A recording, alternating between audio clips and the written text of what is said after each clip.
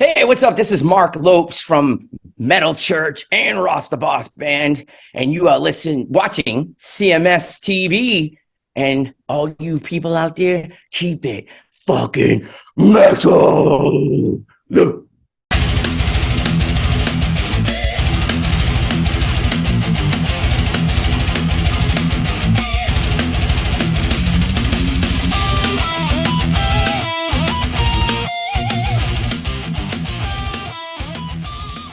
Chris Akin presents. I, of course, am Chris Akin, and today on the show we get a fierce vocalist. He, of course, a lot of you know him from Metal Church. Even more of you probably know him from Ross the Boss. You should know him from Let Us Pray, which you will know him from Let Us Pray as this now launches and becomes the future of this guy. He is vocalist Marc Lopes. Marc, how are you, man? How's it going, man? Thank you. It's all good here. Yeah, it's all good here too, man. Well, let's dig right into this thing, man. Obviously, we have new music from you under a new banner. The new banner becomes because of a lot of craziness under the other two banners. I'm going to start with Ross. I'm going to start with the nicer place, or I guess nicer. Yeah, you're right. I mean, Ross.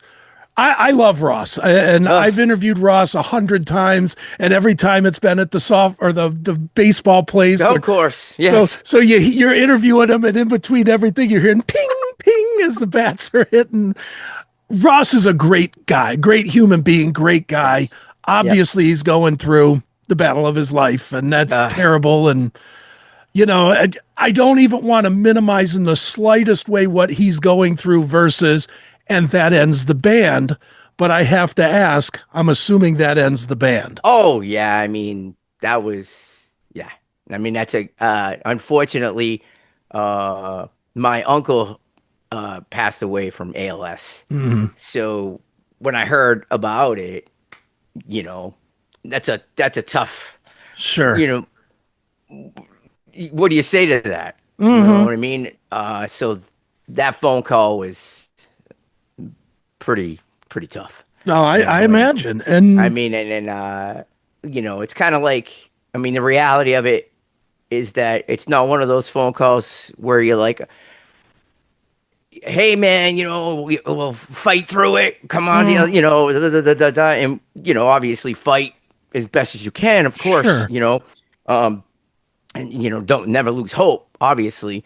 But it's a tough one, and I think we focused on in that conversation. We just focused on how it ended, like, because we can't play anymore. Sure, he can't play anymore, which is, I can't even imagine what that's like. That's a tough one to comprehend in itself. I know myself. I wouldn't even know what to do with myself. Sure. So I can only imagine with him.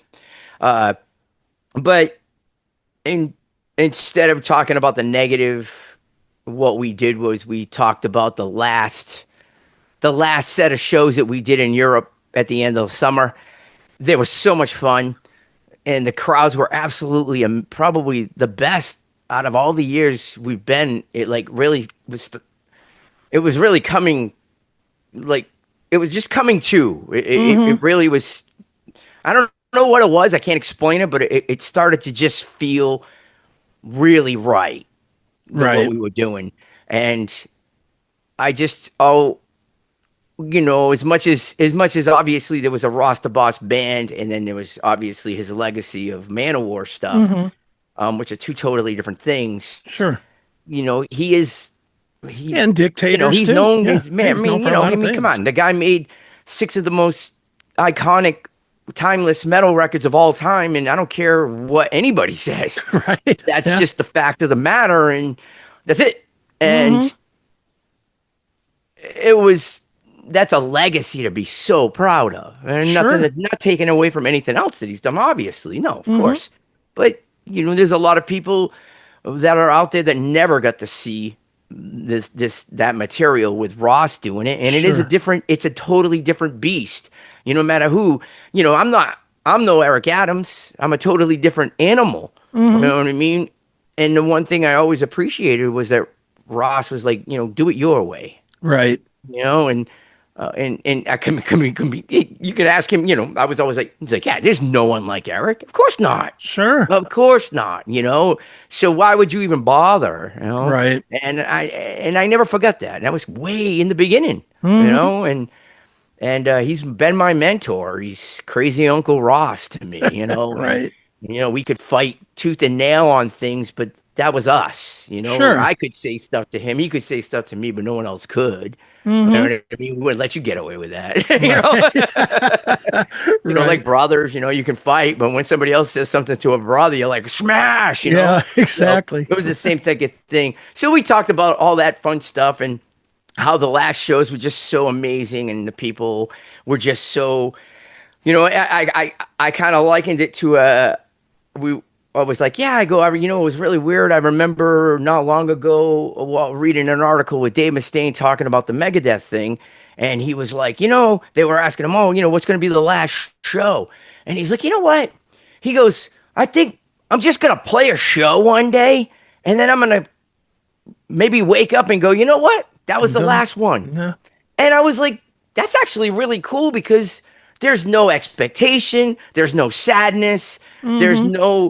nothing but going and having a great time at the show and being present in the moment. Right. And that conversation was great. Me and we had, Sure. um, I if he could still play, if he was still playing, trust me, we'd still be doing stuff. Right. We'd Right. still be doing the shows. Whether we had to freaking prop them up like he had to do with Lemmy, whatever. Right. It Sure. didn't matter. He'd still be there. Right. But unfortunately, that wasn't the case. So in a weird kind of way, I guess that's a better way to Sure. have your last shows because we get Hmm. to do Hellfest, which was amazing. Right. And every show that we did on this past last year, they were all great. We went Hmm. to Australia again, and just it was good. It was right, and it felt good. Right And on. if you're gonna call it, unfortunately, call it a day.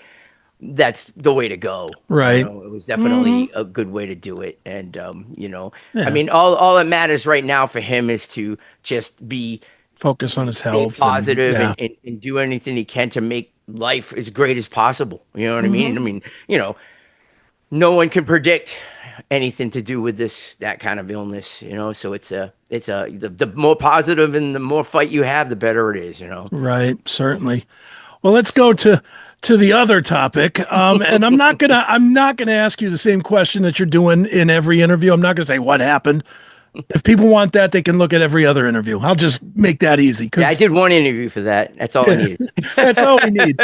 I do have one question about it, and it's the only question I'm going to ask you, Metal Church oriented, is when it all fell apart, how did that screw up your life as far as plans that you had made? And, you know, you guys plan a year to year, and then all of a sudden, there's nothing.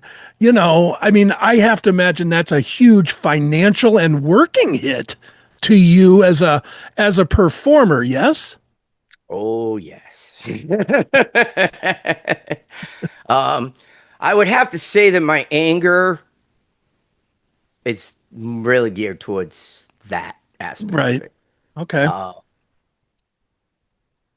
yeah, it really. I'm gonna use the word. It really fucked things up. I'm just gonna say it straight there. Yeah. In all honesty, it's so sad because it didn't have to be that Hmm. way. And I've always been the person to bring everybody into a room to have a conversation, no matter what a problem is.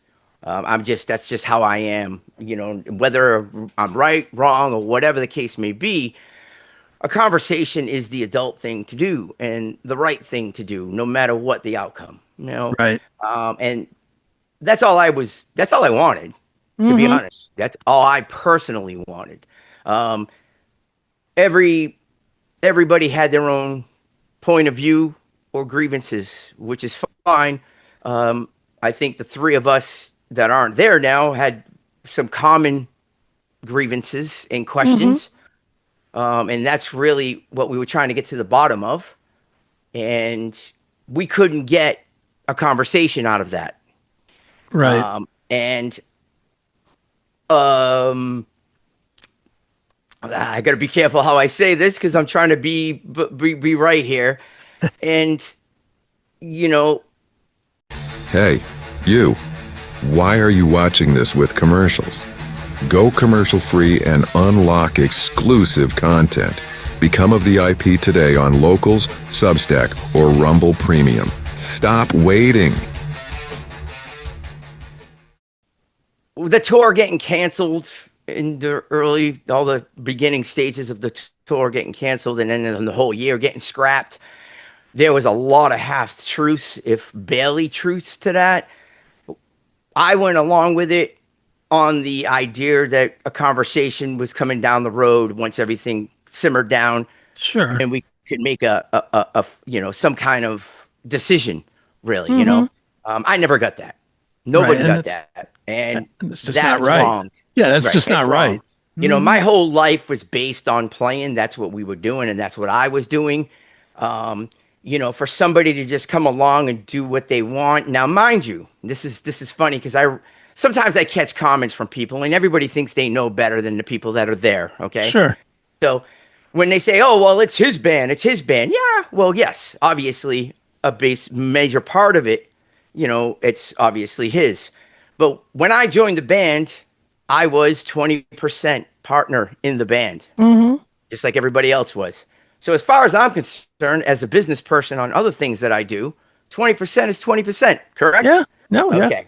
Now, obviously, all final decisions come down to, it's him, and that's totally respectful, understandable. No one ever had a problem with that. But discussions to be made. Obviously, people have Yeah. different opinions, and that's Mm-hmm. just how it is. There's no disrespect at all in that manner.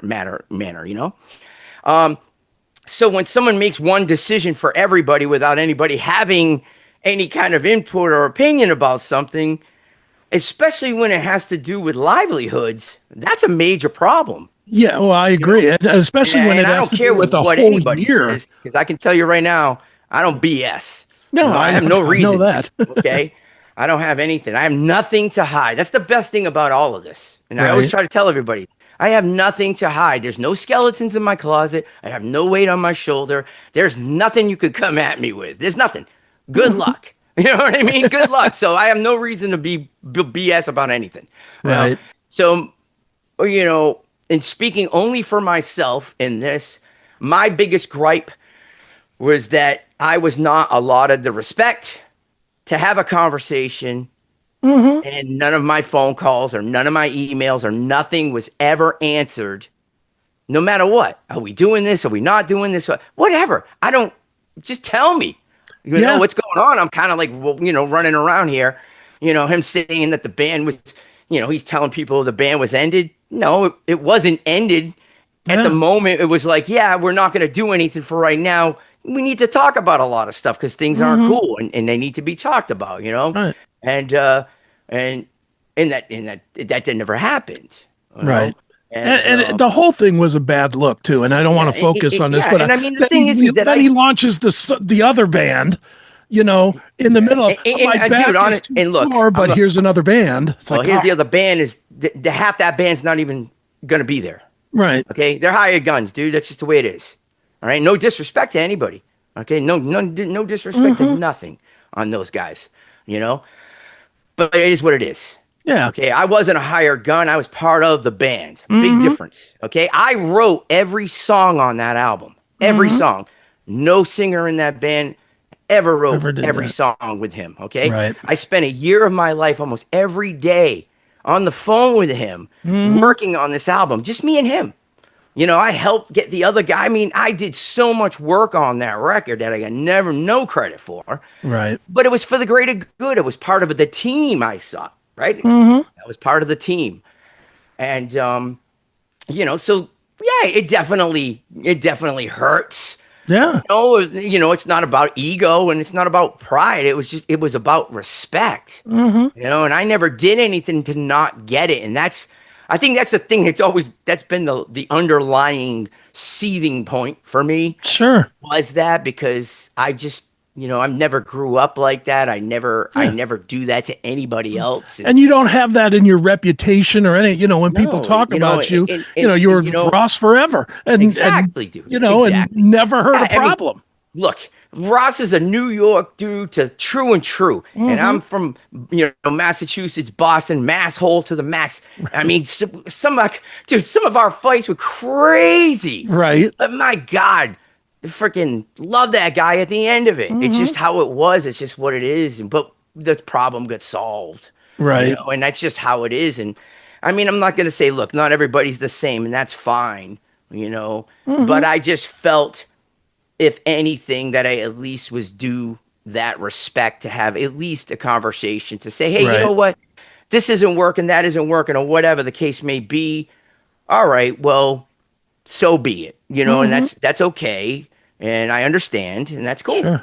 Um, Well, Now, let me swing. obviously, there's a Oh, go lot of ahead. other crap that goes with it, but I Sure. mean, that's for another whatever. I mean, Yeah. I can't No. really discuss some of that No, stuff. and I don't want you to. I want to talk about Let Us Pray because Yes, let's go. I'm assuming that the frustration and the anger from that really fueled you, not that you would ever do Let Us Pray half-ass, but you really come into this a lot harder with a lot more to prove now to be. Yeah. It's kind of the You fuck can you, kind I of can tell on do the this. song. Yeah. Well, why don't you tell everybody about Unfinished Business and So yeah, I mean, the thing is that I've had Let Us Pray before I was doing Ross, sure. before I was doing anything. Um, I was in the scene back home doing a lot of cover stuff just to keep playing, and original band stuff, locally is so tough. Mm-hmm. It's not like back in the day there used to be a scene. It's Sure. a lot tougher. Um, but anyways, we did it, and we had done an album, and we did like a 6 song thing, and then we actually added some songs, and then right when I had joined Ross, I was still doing the Let Us Pray thing pretty steady. So Sure. I was bouncing back and forth. And we had some really big interests. Century Media. There was some big labels sniffing around. But unfortunately, a lot of things fell through. They picked other bands who aren't even around anymore. But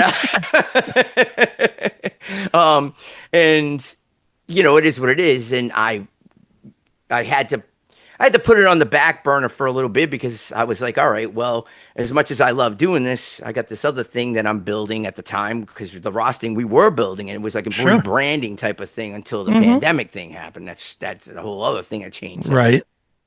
Um, and then I was doing that, and I mean, me and John, my only, it's only us. Mm-hmm. Everybody else is whatever.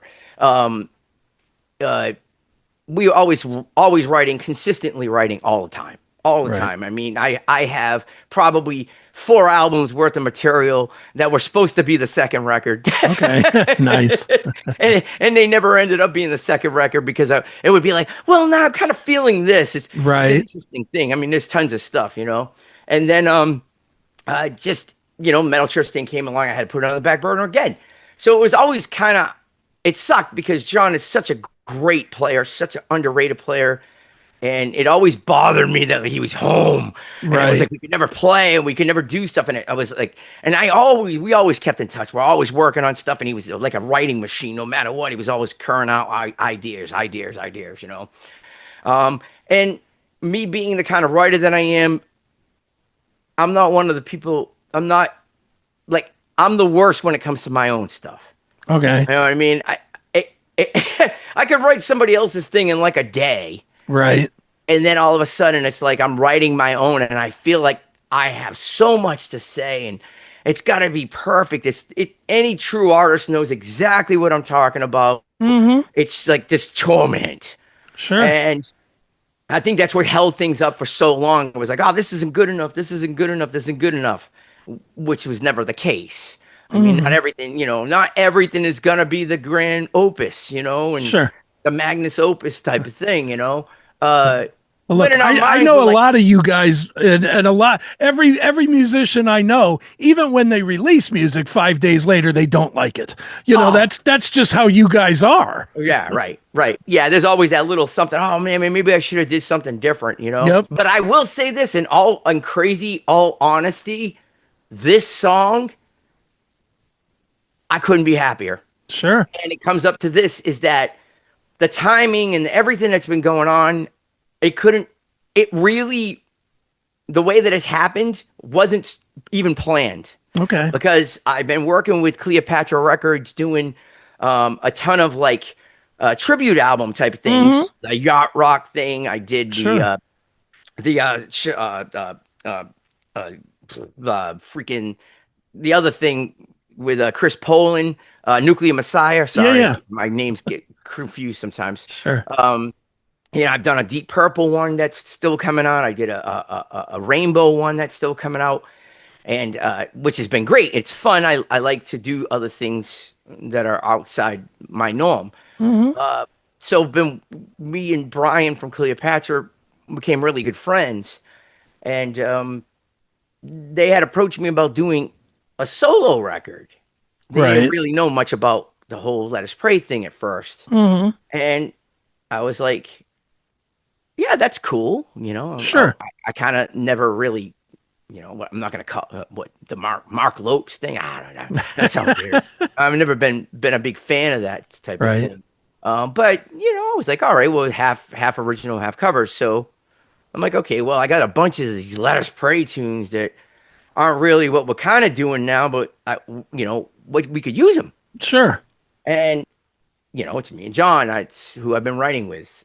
And anyways, so we were talking about that and stuff like that. So in that meantime, I'm doing this I'm like, John, he was like, we gotta put something out. And I kind of like forced it on Mm-hmm. its way, and it kind of came in a time when all the press came out and definitely did not hurt to motivate me to Sure. make sure to get it done. And I did. We got it done really quick, but I wanted to work with a whole new team of things. I had a different vision. Mm-hmm. And I was like something that I always wanted to do. I've always wanted to do something that I wanted to hear, but I never heard in totality. Okay. And I wanted, because I have too many influences. And so I ended up hooking up with a friend of mine. His name's Ricky, and he plays with Butcher Babies, Benaza, Okay. and he does touring with Fear Factory. Great guy, up and coming dude. And I had heard that he was, he was doing production and stuff. And long story, we collaborated, we talked, and it was everything I was like, oh yeah, I wanted a really modern type of thing, Mm-hmm. but with what we were doing, I just I didn't want it to sound dated, so to say, Sure. Mm-hmm. and I did it, and it was kind of funny. I was just going to release it myself, and I'm kind of just jaded with everything that's been going on with the Sure. business of things, I get it.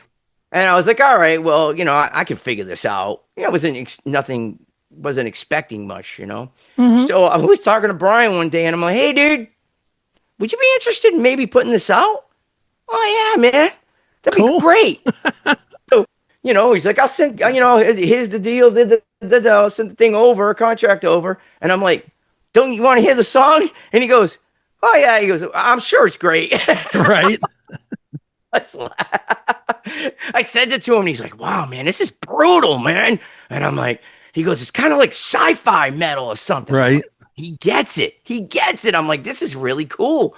And man, I mean, what a team they put together for just one song. And, I couldn't be happier. I mean, Sure. we didn't think it was going to get the kind of legs that it was going to get. And it's growing and it's climbing and it's great. It feels good. It feels good. And, I did the video, which was another tormenting thing because again, I'm a perfectionist. So Sure. I was like, is this thing gonna ever get done? Yeah, Mark, are you done with this thing? I'm like, yeah, it's almost done. It's almost done. So is this the way you're going to release Let Us Pray going forward, singles at a time, or are you Yes. looking at an album, or Yes, what are you looking at doing? Your daily metal fix is on Rumble. Watch the classic Metal Show episodes free or go commercial free with a premium subscription. Find your classic metal show now at rumble.com/c/CMS, rumble.com/c/CMS.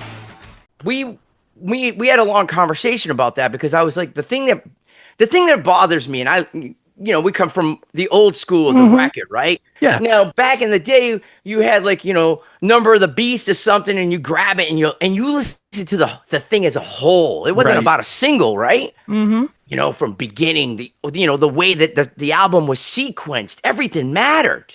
Right. Like Master of Puppets, the way the battery opens, right? Right. I mean, you're like, we're ready for the ride, right? Sure. But it don't work like that no more. How Right. many albums come out and there's these really great songs that no one even knows exist on the album because they only know what's on Spotify or what's on YouTube, right? And all that work, the work that goes into this material, people don't understand. It's a lot. Yeah. It's a lot. We really we give all of ourselves when we're creating. And I don't want to see that wasted. I think it's a shame to see it wasted. And as an artist trying to convey something, I think every song is important because that's part of the whole identity. Right. So, and the other thing, the way real quick, let me interrupt you. Yep. The other thing that's nice about, like, I'm an album guy. I won't lie to you. I wish I had 10 songs of this instead of one. That being said, for you can not only release what you want, but if something's not hitting the way you want, you can pull back and not waste your time on that the way that you had to do in the past, where there were 3 singles picked and you had to play them at shows and you had to promote them. Yep. Now at least if something's not working the way you want it to, you can just skip right past and go to the next thing, which is a bonus for you in today's world. Exactly. Yeah. And the thing, and I think the thing is too, is that every release becomes, so to say, an event. So, you're focused on this one thing. Right. And me having some massive ADHD, that's huge, because like every song is this opus, this thing. And every little detail I can pinpoint. And I like to be meticulous on that because it matters to me. The details, all the details, the things that people probably don't even notice. That's what makes it. Those little details, the flaws. The little, that little thing that anybody in there would be like, oh, well, that doesn't really matter. I don't hear that, but you do. You do. Because at the end of the day, it's part of the total, right? So the idea is to just release singles and then accumulate it into a full album at the end. Okay. And maybe 1 or 2 songs that you get that you haven't heard on the end. So say if it was like we released 6 songs, we release an 8-song record and the 2 songs, they'll be new. So there's something that people want to get when they get that, Right on. I just think it works better that way. I think there's better focus on it, especially where we live in a world where there's like really not a lot of focus, Sure. So I think I mean, I could be wrong. I don't know, but that's how it's going to work for now. So right on. Well, it's working so far. The new track is fantastic. Let Us Pray is the band. Marc, where's the best place for us to tell people to listen to the track and, more importantly, to support Let Us Pray? Do YouTube, Instagram. Those are my 2 stomping grounds. Facebook is still there, obviously, but go to Cleopatra has the stuff, the letaspray.com, letusprayband.com, my personal stuff. You can Instagram. I'm easy to find. That's where I like to roll them. I love images and plus my dog videos. I love that. Nice. That's definitely the best way to support. We're going to be, the merch store should be launching in about a week or so. Okay. So that'll be helpful too. And we're working on getting out there live, hopefully at least by the fall, because we still have a lot of stuff to work on. And then we'll see everybody out there, Right on. Well, once the tour gets announced, we will definitely have you back to talk about that, because I have to see Let Us Pray. I will say that. You have to come to Cleveland. Put that in your books. And But one more time, the band is Let Us Pray. Check out the new single on YouTube. Support the band. And Mark, this is always fun, man. Thanks for joining me once again. Thank you so much, man. Thank you.